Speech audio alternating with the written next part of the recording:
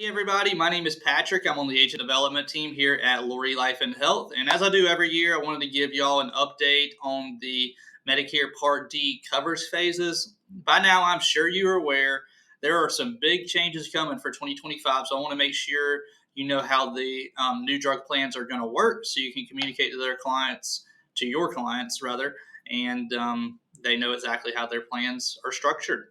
So to start with, just like every year, the annual deductible is going to start first. In the annual deductible phase, the plan pays nothing at all. The member pays everything.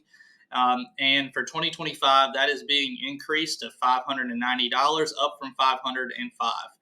Now, this does not mean that every plan on the market is going to have a $590 deductible, but it does mean that is the most they are allowed to have on their plans.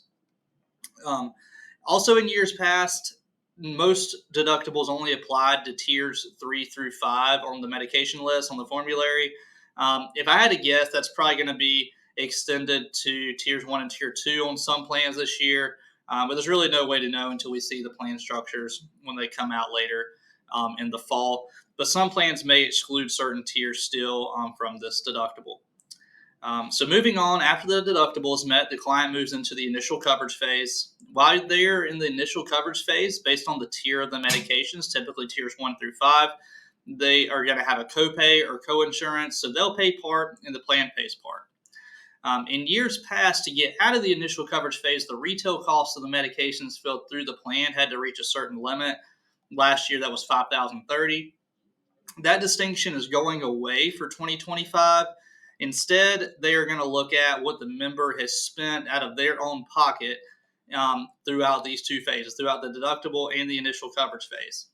Once the member has spent $2,000 out of their own pocket, then they move out of the initial coverage phase and actually this year just straight into the catastrophic coverage phase. The biggest news for 2025 is the coverage gap is officially gone. It is being eliminated for 2025. So no more having to explain the donut hole, the coverage gap. What is that? Why did your cost go up in the middle of the year? That is gone. I know I can hear all y'all breathing a sigh of relief. Great news for members for 2025.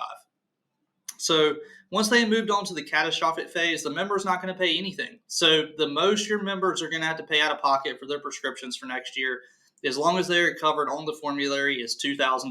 Once they reach $2,000, they are done for the year. Just so you know, though, the way the medications get paid for while you're in the catastrophic phase, the plan's going to pay 60%. Medicare is going to pay 20% on name brand. Medicare is going to pay 40% on generics.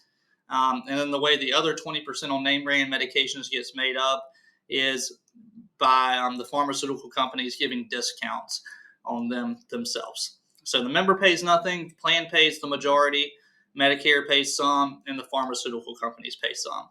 And they will stay here for the rest of the calendar year. The following January in 2026, this will reset. And by then, you'll know how it works, but you will have watched my video in 2025.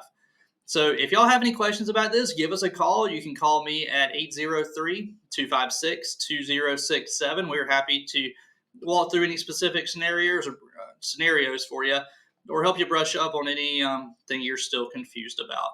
Make sure you visit our website. Check us out if you're not one of our agent partners, and we would love to hear how we can help you.